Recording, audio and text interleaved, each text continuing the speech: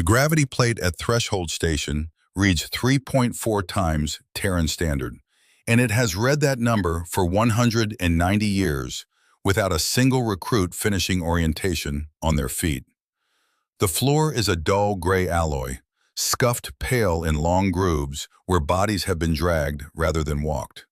There is a smell in that room, faint and chemical, of sealant applied over and over to cracks that keep reopening in the deck plating. 11 species have stood on that floor since the Coalition Officer Academy opened its doors to outsiders. 11 species have been carried off it. The Vel Sori instructor assigned to intake that cycle was named Director Prithvex Anoi, and she stood at exactly 2.2 meters in her formal harness, her 4 eyes arranged in a slow blink pattern that coalition biologists had cataloged as amusement. She had reviewed 40,000 recruits in her career. She had failed 39,612 of them within the first 90 seconds of gravity exposure, and she did not consider that a flaw in her method. She considered it evidence that the method worked.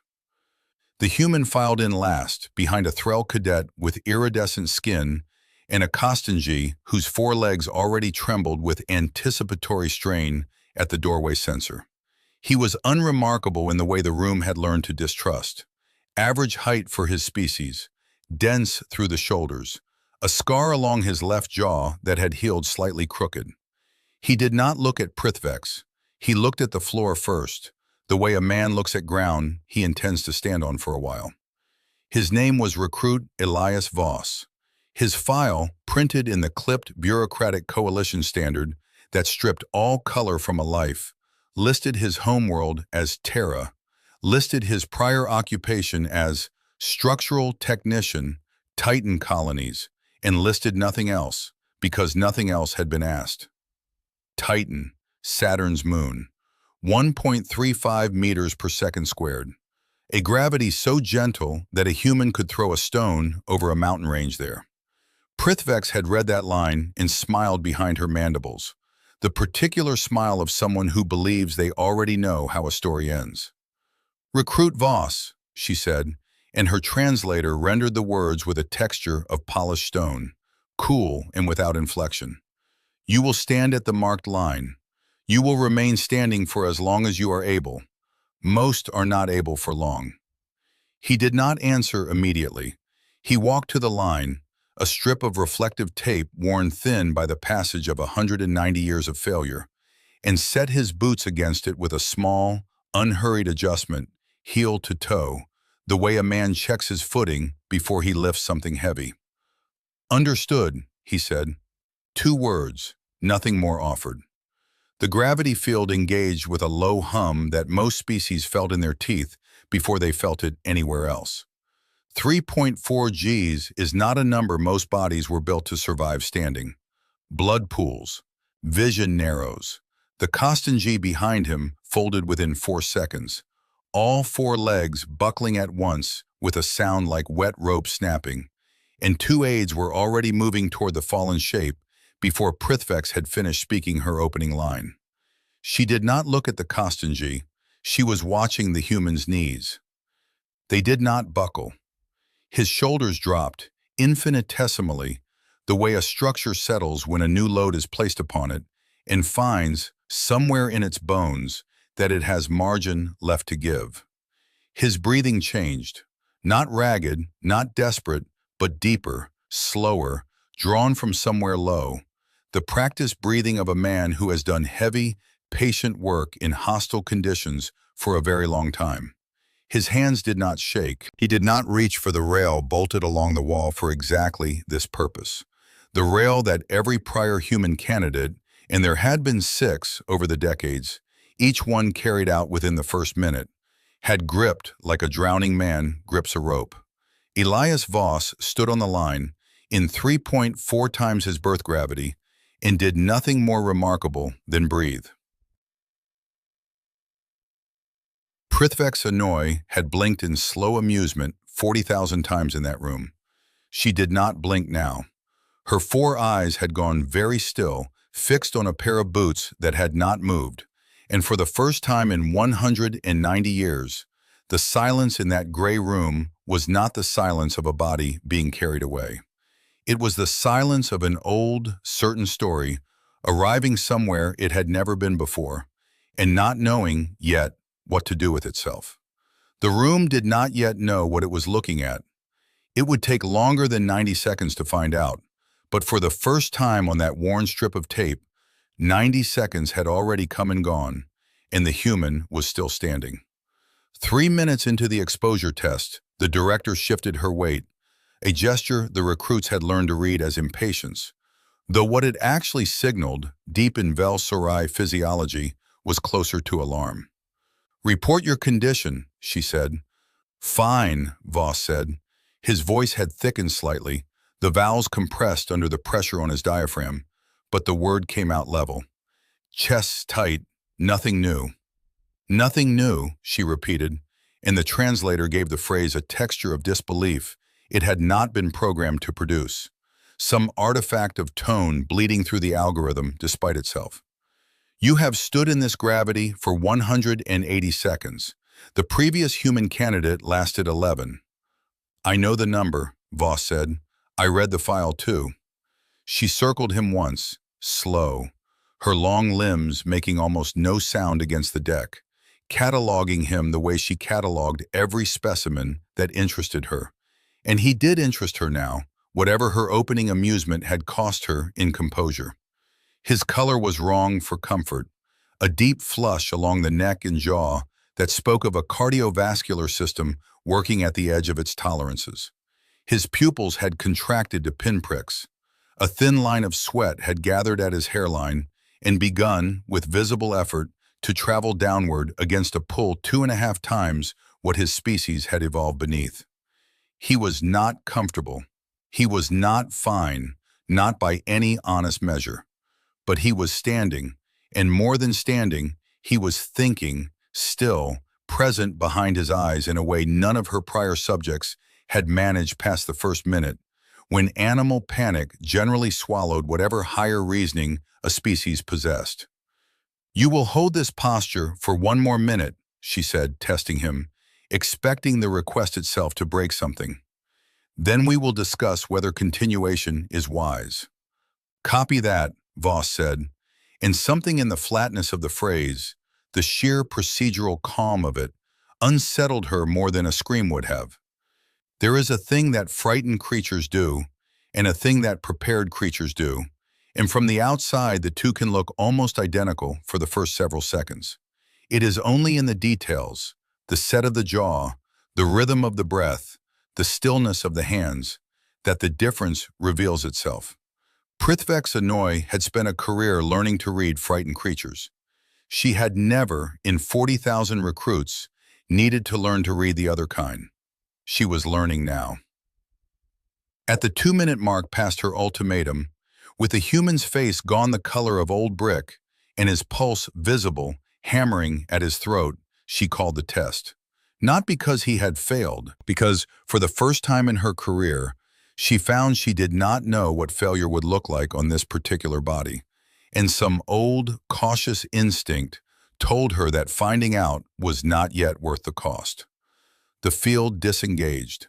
Voss did not collapse the way the others had, in a controlled fall that still ended on the ground. He simply exhaled, long and slow, and let his shoulders come up from wherever they had been driven down to, and stood there under ordinary coalition gravity as though it were nothing at all, which, to him, in that room, on that day, it very nearly was. 4 minutes, 12 seconds, Prithvex said quietly, reading the timer as though it might be lying to her. "Feels longer," Voss said, and there was the faintest ghost of something at the corner of his mouth. Not quite a smile, not quite anything Prithvex had a reference for, filed under the calm, patient amusement of someone who has been asked to do an easy thing and been congratulated for it. She did not know, standing in that room, that 4 minutes and 12 seconds was not a ceiling. She did not know that it was, in fact, closer to a warm-up. She only knew that something ancient in her method had cracked, quietly, without drama, on a worn strip of tape that had never once needed to be replaced. That night, in the record she filed to Coalition Command, she wrote a single line beneath the recruit's performance data, a line she would later regret for its restraint and never once regret for its accuracy. Recommend further observation. Subject's baseline tolerance exceeds all prior data by a factor this office is not yet equipped to explain. She had no idea writing it just how far short of the truth that sentence would fall. To understand what the coalition did not know about Elias Voss, you would have to go back further than that gray testing room, further than Threshold Station, further even than the recruitment officer who had found his file in a stack of 10,000 others and pulled it out for reasons she herself could not fully articulate. You would have to go to Titan. Titan is a moon that does not forgive carelessness. Its gravity is gentle, 1.35 meters per second squared, barely a sixth of Earth's own pull. But gentleness, on Titan, is the only mercy the place extends. The atmosphere is 4 times denser than Earth's, a thick orange haze of nitrogen and methane that swallows sunlight and gives it back thin and cold. The temperature sits at nearly 200 degrees below zero, and the ground, where there is ground, is water ice hard as granite, laced through with hydrocarbon lakes that will kill a person in minutes if a suit seal fails.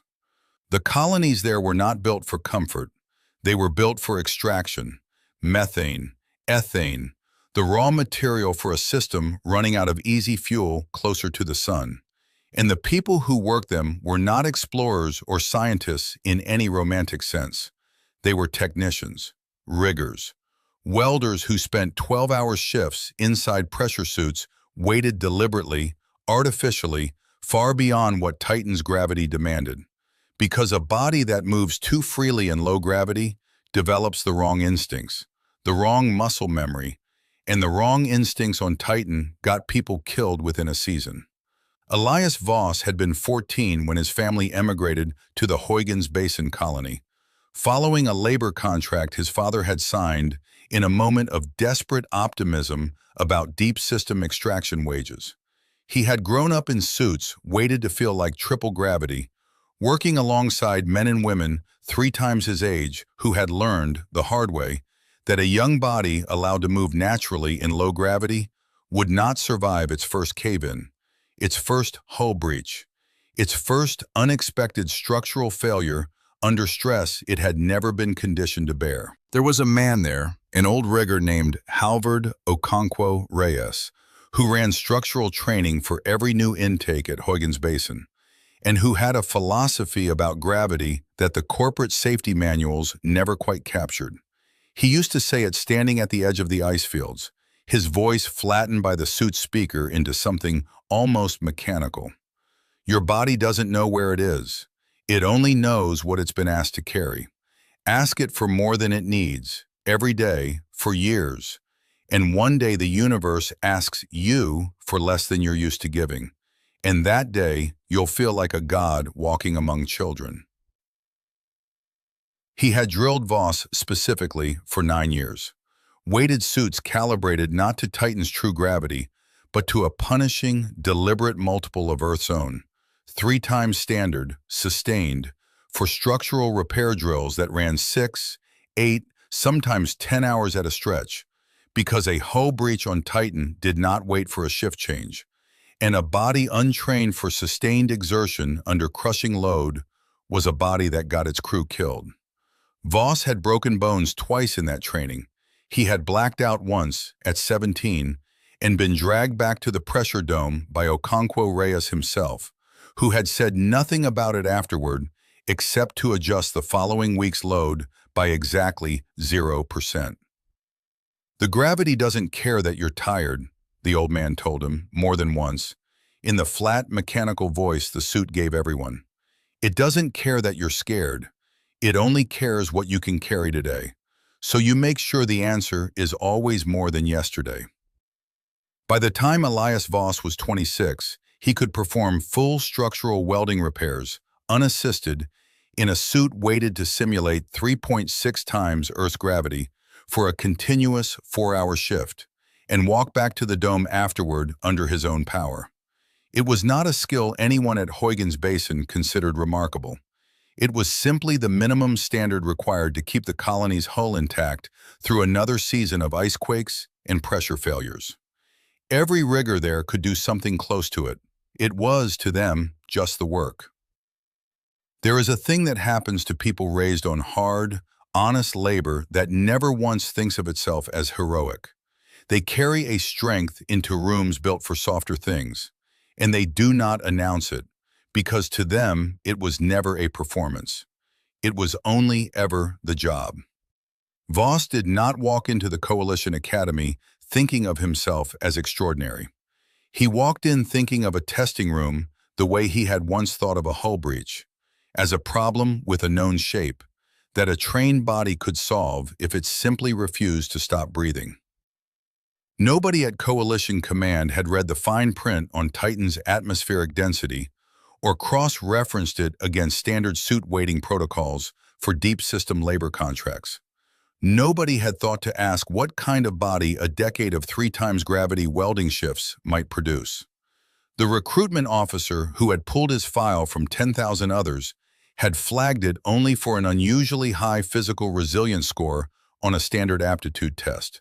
A number she had assumed, reasonably, was a clerical anomaly and had forwarded anyway, mostly out of curiosity, mostly because it was late in her shift and the number was strange enough to be worth someone else's time to explain. That single, half-curious forward was the entire architect of what came next. An overworked officer named Dessa Okran, who would never appear in any official coalition record of what followed, and whose only contribution to history was refusing to delete a file that did not fit the pattern.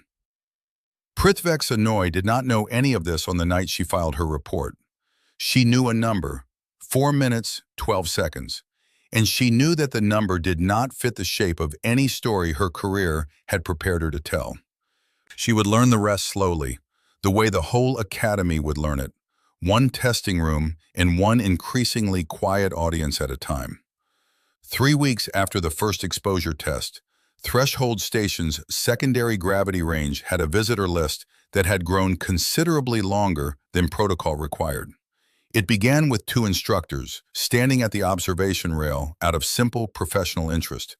When word passed through the staff channel that the human recruit had been cleared for the standard progression test, 6 times Earth gravity, the threshold at which the Coalition Academy formally certified a species as viable for heavy labor and combat integration roles. No species outside the Coalition's 4 founding heavy world cultures had ever cleared that threshold on a first attempt. Most non-founding species did not clear it at all across an entire career. By the time Voss walked to the line for the second test, the observation gallery held 11 instructors, a coalition liaison officer who had cleared her schedule with unusual speed, and at the back, arms folded, saying nothing, Director Prithvex Anoi. The field engaged. 6 Gs settled onto the room like a hand closing slowly around a chest. Voss's knees did not buckle, but something in his posture changed this time. A controlled, deliberate lowering of his center of mass, feet widening slightly, the exact stance of a person who has done this exact math before, on ice, in the dark, with a hull breach spraying vapor 6 meters behind him. His breathing dropped into that same low, practiced rhythm, his jaw set. Nobody spoke for the first 90 seconds.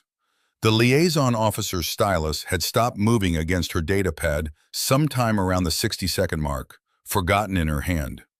At 140 seconds, Voss took a single step forward, not stumbling, not lurching, but a deliberate, weighted step, the kind a man takes when he is testing whether the ground beneath a heavy load will hold. It held. He took a second step. Then he simply stood there, at 6 times his birth gravity, arms loose at his sides, chest working hard but steady, present behind his eyes.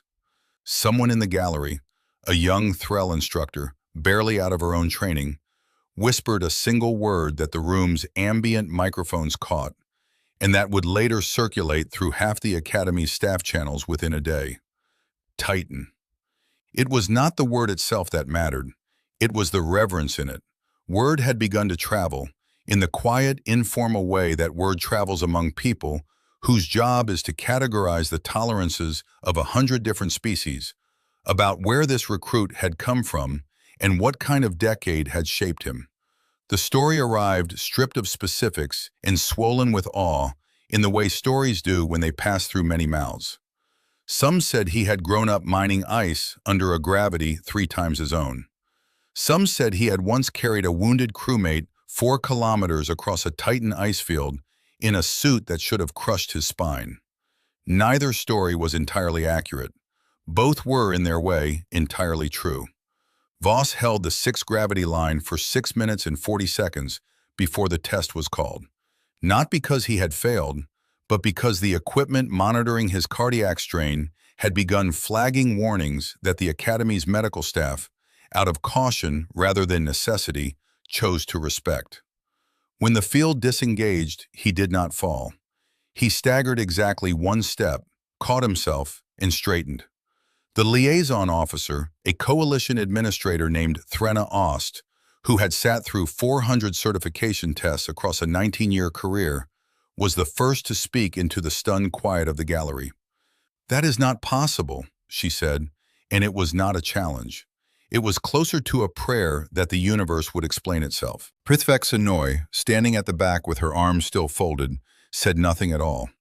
She was watching the human's hands, steady, unshaking, hanging loose at his sides in a room where every other body that had ever stood on that line had needed to be carried out of it. She had spent 190 years believing she understood the shape of every story this room could tell. She was beginning, quietly, to understand that she had only ever seen the stories that ended in defeat. The footage of that second test did not stay contained to Threshold Station for long. Coalition academies did not typically leak internal certification data. The process was considered administrative, unremarkable, a matter of record rather than spectacle. But 6 minutes and 40 seconds at 6 times Earth gravity, achieved by a species previously assumed structurally incapable of clearing even the entry threshold, was not the kind of anomaly that stayed quiet in an institution built on cataloging exactly this sort of data. Within 4 days, a junior data analyst at Coalition Central Records, a Kostanji named Pral Ubeth Karn, whose job consisted mostly of archiving performance statistics nobody would ever read again, pulled the human recruit's full file out of routine curiosity and found something that made him sit very still at his console for a long moment. It was not the 6-minute test that stopped him. It was the historical record beneath it. Every human candidate who had ever attempted coalition certification, going back nearly 2 centuries, cross-referenced by point of origin. Homeworld candidates, raised at Earth standard gravity, had an average failure time of 9.2 seconds. Every single one, without exception, had failed the entry threshold.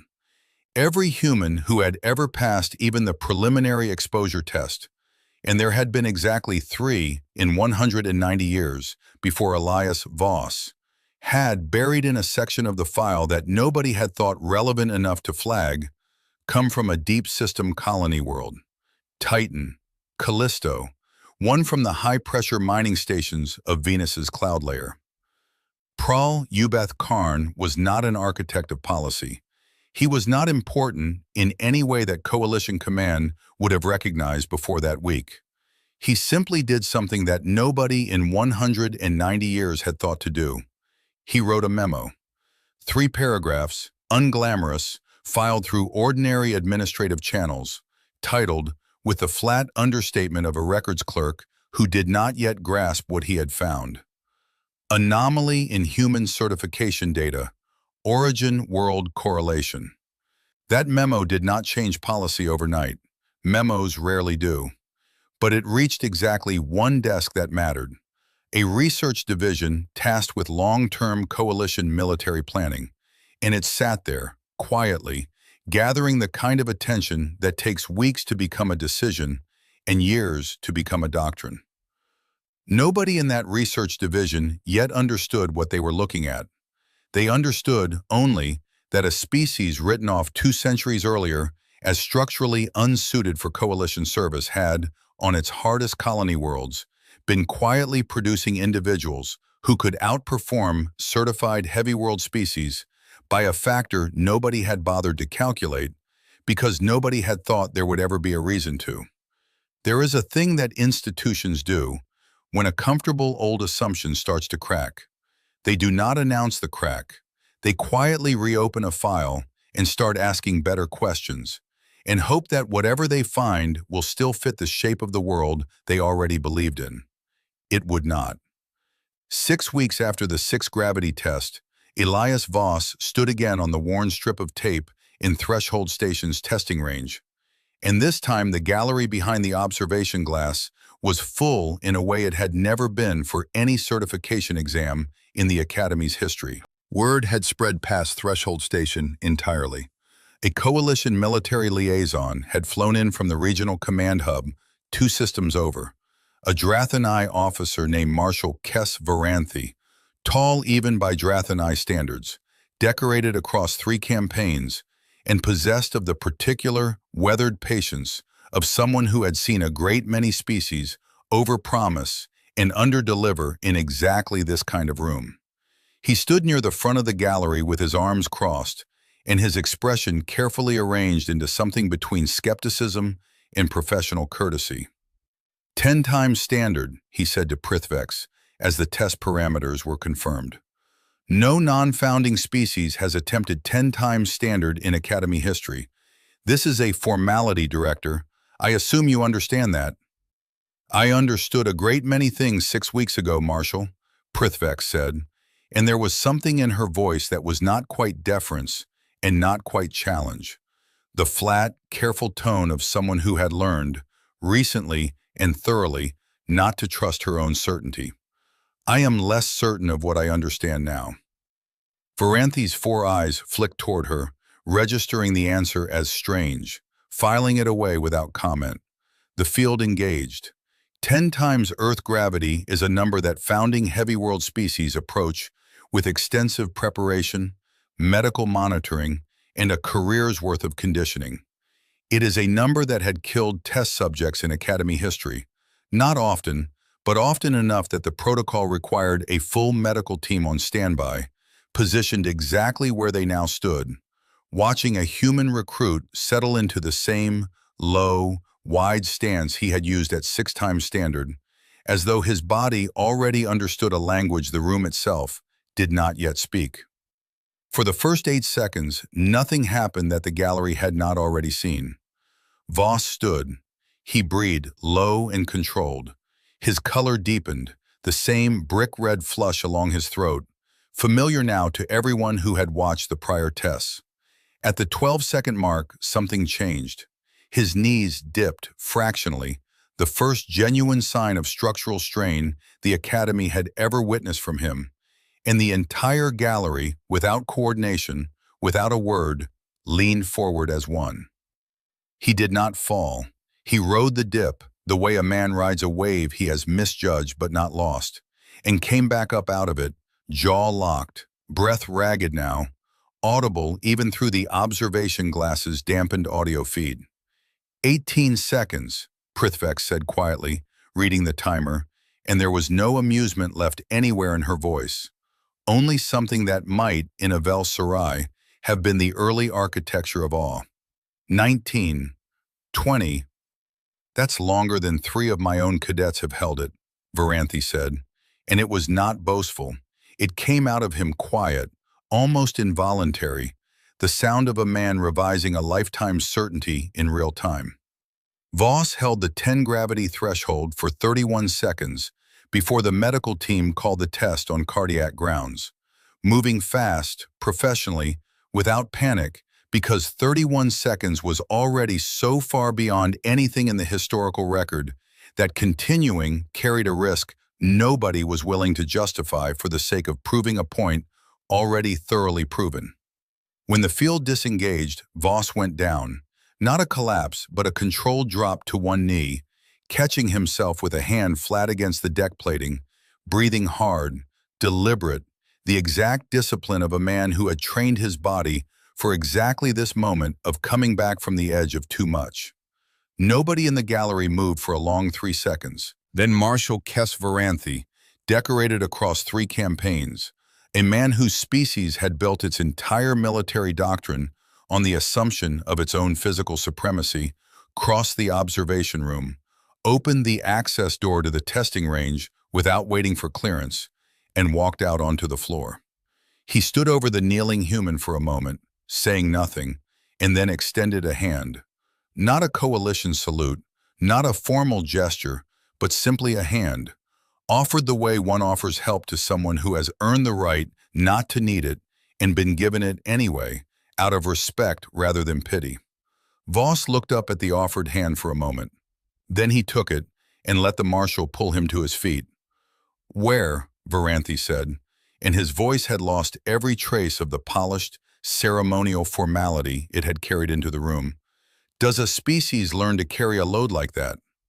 Voss straightened fully, still breathing hard, and looked around the gallery, at the crowd of instructors, the liaison officer with her stylus forgotten again in her hand, Prithvex Anoi standing very still near the observation glass, her 4 eyes fixed on him with an expression the room had no established vocabulary to name. "Somewhere nobody thought to look," he said. "We've been carrying loads a long time, Marshal. Most of the galaxy just never asked what for." That evening, Marshal Kes Varanthi filed a report to Coalition Central Command that would circulate, within days, to every regional research division with a mandate touching species assessment. And it began with a sentence that would be quoted, argued over, and eventually taught in academy briefings for years afterward. "We have spent 2 centuries measuring a species by the gentlest world it was ever given, and never once asked what it became on the hardest ones." The news did not arrive on Earth as a single announcement. It arrived the way most true things arrive, slowly, in fragments, through channels that had learned, over 2 centuries of quiet coalition condescension, not to expect much. A Titan colony broadcast station, little more than a repurposed communications relay, serving 11,000 residents scattered across 3 dome settlements, picked up a general coalition news bulletin about unprecedented certification results at Threshold Academy nearly 9 days after the fact, delayed by the ordinary lag of deep system relay traffic. The bulletin did not name Elias Voss directly. Coalition privacy protocol required a recruit's consent before public release of testing data. But it mentioned, in the flat administrative language such bulletins always used, that the subject was a human candidate from a deep system extraction colony, gravity-conditioned environment, structural technician background. There were perhaps 400 people in Huygens Basin who understood, within about 6 seconds of hearing that description, exactly whose name was being carefully omitted. Halvard Okonkwo Reyes was 71 years old by then, retired from active rigging work, spending most of his days maintaining the training dome's equipment out of habit more than obligation. He was in the equipment bay, recalibrating a suit's weight distribution for a new intake class, when the broadcast reached him through the bay's ambient speaker, and he stopped what he was doing entirely, one hand still resting on a suit's shoulder joint, and listened to the whole bulletin twice through without moving. He did not say anything to anyone for a long moment afterward. He simply looked down at the suit under his hand, one of the same weighted training rigs, 3 times standard, that had broken bones in a 17-year-old boy 20 years earlier, and had apparently, in some slow and unglamorous way, built something the rest of the galaxy had just discovered it did not have a name for. "Well," he said finally, to the empty bay, to nobody at all. "Good." That was the whole of it. One word, spoken to an empty room by an old man who had never once, across a career of training frightened teenagers to survive a moon that did not forgive carelessness, imagined that his work would be discussed by a coalition marshal in an official report. He did not go looking for credit. He went back to calibrating the suit because there was a new intake class arriving in 6 days. And Titan did not care what had happened 2 systems over. It only cared whether the next generation was ready to carry what it would be asked to carry. Across the colony, in the small hours of what passed for evening under Huygens Basin's artificial cycle, something quieter and more universal was happening in 100 small ways that no news bulletin would ever record.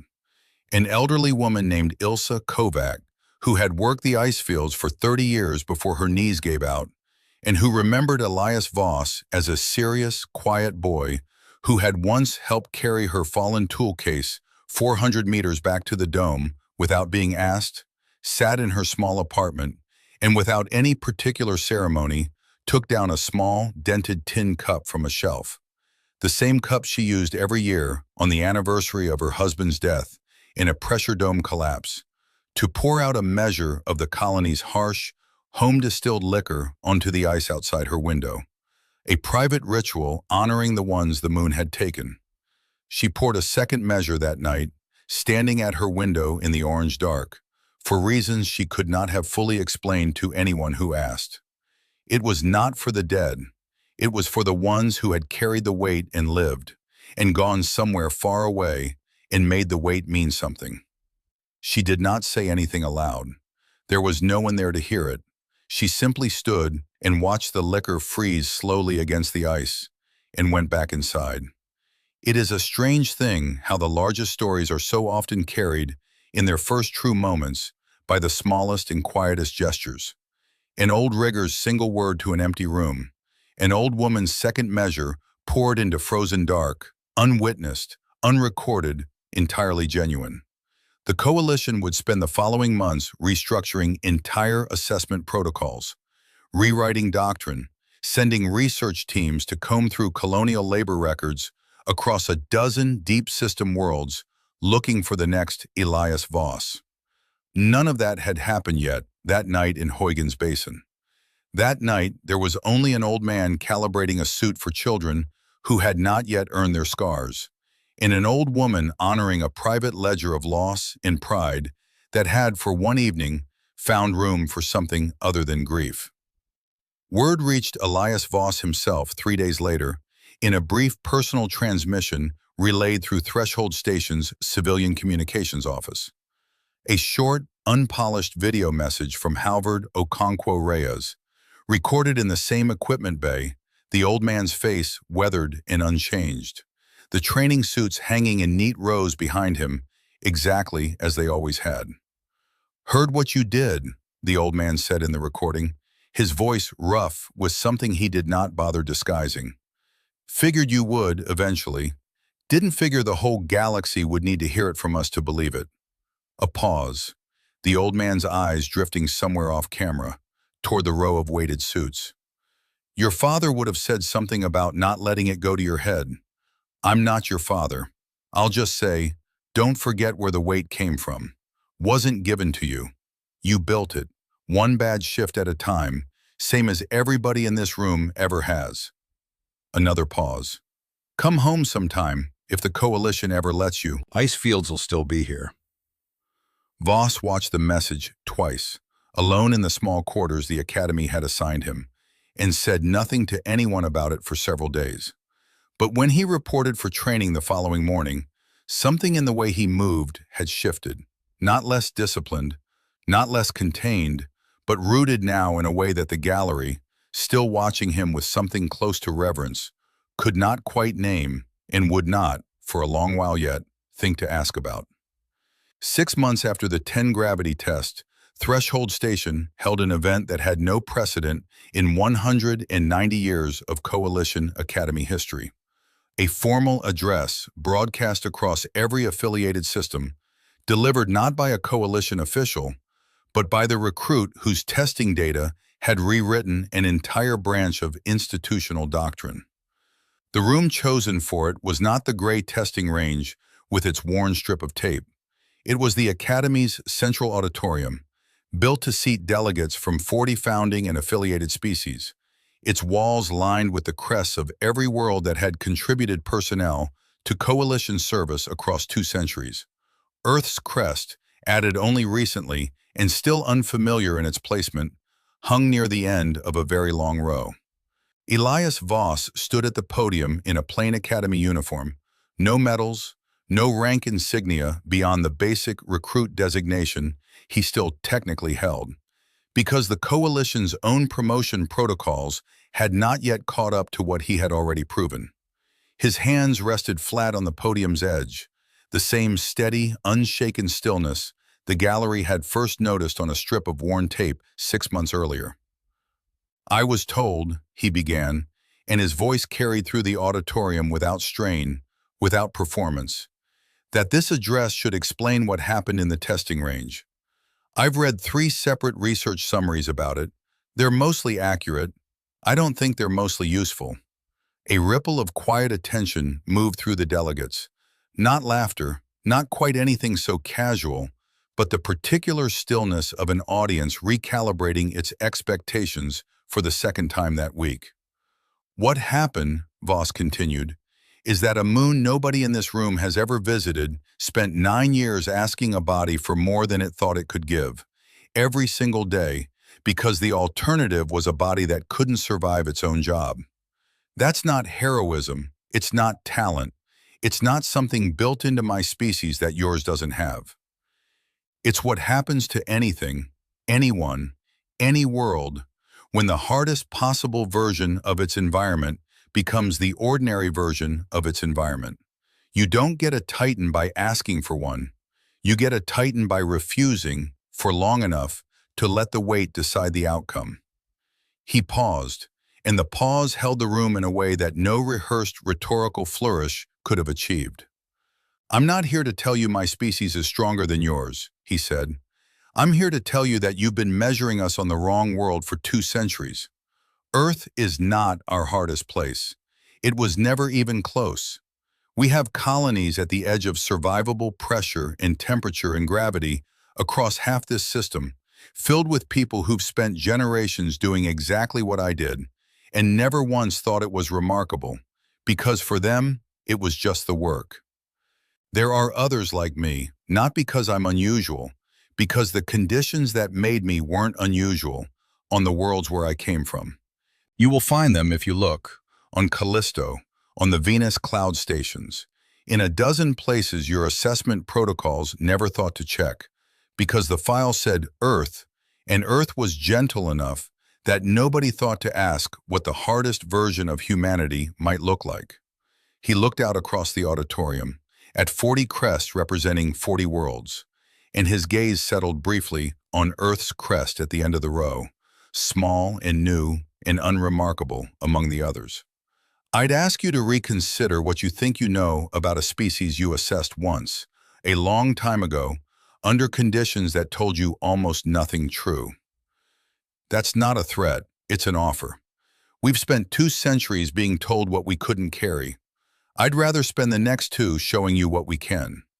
He stepped back from the podium. There was no thunderous applause, no rehearsed ceremony, only a long, considering silence. 40 species turning the address over in their own private calculus. And then slowly, beginning at the back where Marshal Kes Varanthe sat with his arms no longer crossed. A spreading wave of quiet acknowledgement that asked for nothing and demanded nothing, and was in its restraint more powerful than any ovation could have been. Coalition responses to a paradigm-shifting event rarely arrive as a single dramatic gesture. More often they arrive as a slow accumulation of small procedural changes, each one unremarkable on its own, that together mean the old shape of things has quietly ceased to exist. Within a year of Voss's address, Coalition Central Command had authorized what came to be known, in the flat administrative language such things always acquired, as the Deep Colony Assessment Initiative, a systematic review of every human deep system colony's labor and physiological records, cross-referenced against Academy certification data, looking for exactly the pattern Pral Ubeth Karn had stumbled across by accident in a records office nobody had thought to properly staff. They found more than they expected, not thousands, not at first, The numbers were still small because the deep colonies themselves were still small, scattered outposts clinging to survival on worlds that offered nothing freely.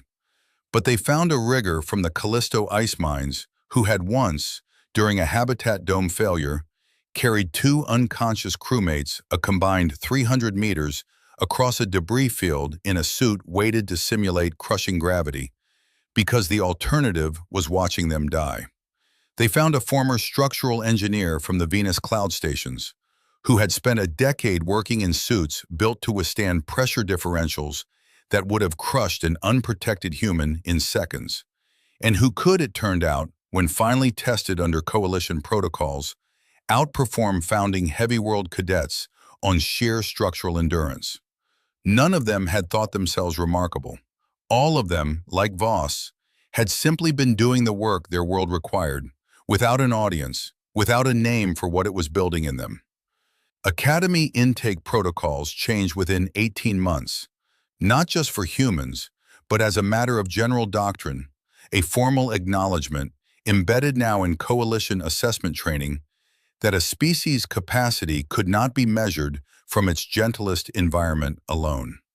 The Academy began sending recruitment officers directly to deep colony worlds across a dozen species territories, looking for exactly the kind of quiet, unheralded competence that had nearly been lost in Elias Voss's file behind a single dry administrative line.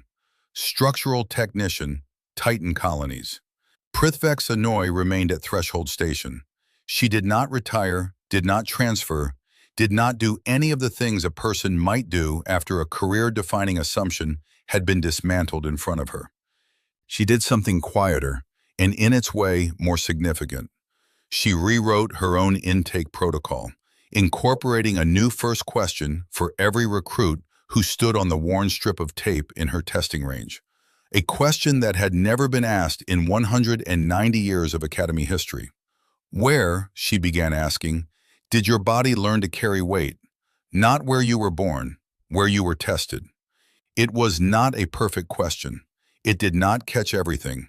But it was, she had come to understand, a better question than the one the room had been asking for 2 centuries. And asking a better question, she had learned from a human recruit who never once raised his voice to make his point, was very often the entire difference between an institution that saw clearly and one that only believed it did.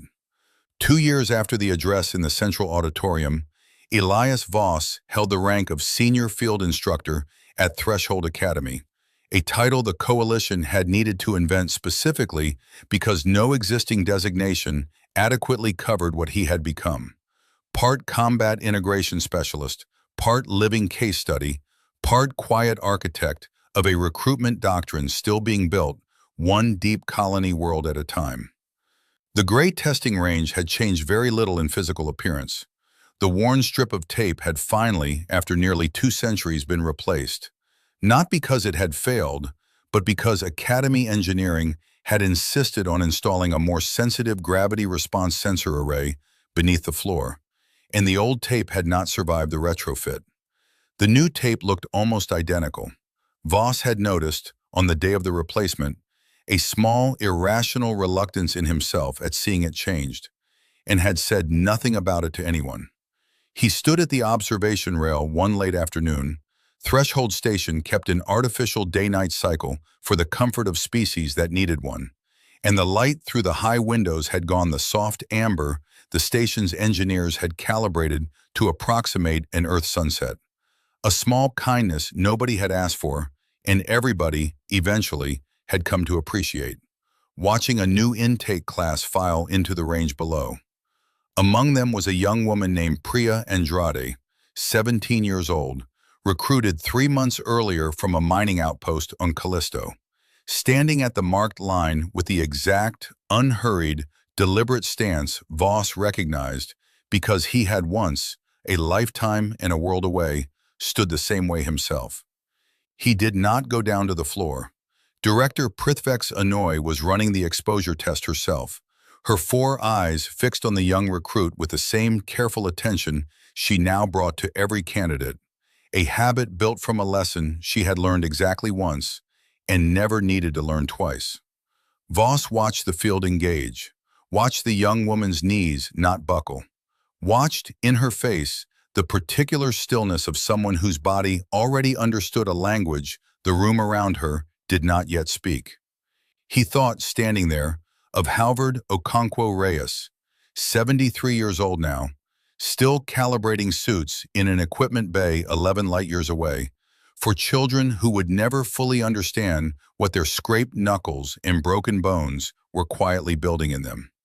He thought of the old woman with the tin cup, whose name he had learned only recently, secondhand, through a colony newsletter that had run a small piece about the human recruit's rise, and who had, it turned out, poured a second measure onto the ice more than once since that first night, a private ritual that had slowly become a small tradition among a handful of Huygens Basin residents who understood exactly what they were honoring and never once needed to explain it to anyone else. He thought, too, of the worn tape that no longer existed, replaced by something more sensitive and less scarred, and found that he did not mind the change nearly as much as he had expected to. The room remembered, even if the tape did not. That was, he had come to believe, how most things that mattered were actually preserved, not in the object itself, but in what the people who had stood on it carried forward afterward. In his small quarters that evening, he kept a single physical object on the shelf above his desk, alongside the sparse, practical belongings of a life still mostly lived out of duffel bags and transit quarters. A small, dented, empty tin cup, sent to him 8 months earlier by Ilsa Kovacs herself, accompanied by a short, handwritten note that he had read perhaps 30 times since and had never once shown to anyone. The note read, in full, "For when you're home again, wherever home turns out to be, the ice remembers people longer than people remember the ice. Pour something out for the ones who carried the weight before you did. It's a good habit, keeps a person honest about where they came from." He picked the cup up sometimes in the quiet hour before the station's artificial lights dimmed toward its manufactured night, turning it over in his hands the way a man turns over a fact he has not yet finished believing. He did not pour anything into it. There was nothing here, on a coalition station 11 light-years from the ice fields, that felt like the right liquid for the right ritual. But he kept the cup where he could see it, and some evenings that was enough. Outside his window, the amber light of the station's artificial sunset was fading toward the deeper blue of its artificial night, and somewhere below, in the gray testing range, a new class of recruits was filing out past a strip of tape that looked almost exactly like the one that had come before it, worn a little in the places where 191 years of bodies had stood their ground, or tried to, or learned, slowly and without ceremony, exactly how much weight they had always been capable of carrying. He set the cup back on the shelf, gently, the way a man sets down something he intends to pick up again. Outside, the ice fields of Titan were, as they always had been, indifferent to the hour, indifferent to the distance, indifferent to whatever the rest of the galaxy had decided to believe about the people who had learned to survive them. And somewhere in that patient, unwitnessed cold, a new intake of children was already being handed suits weighted 3 times heavier than the world required, by an old man who would tell them, in his flat and unglamorous way, that the gravity did not care whether they were tired, only what they could carry, and that the answer, if they were willing to work for it, could always be more tomorrow than it was today.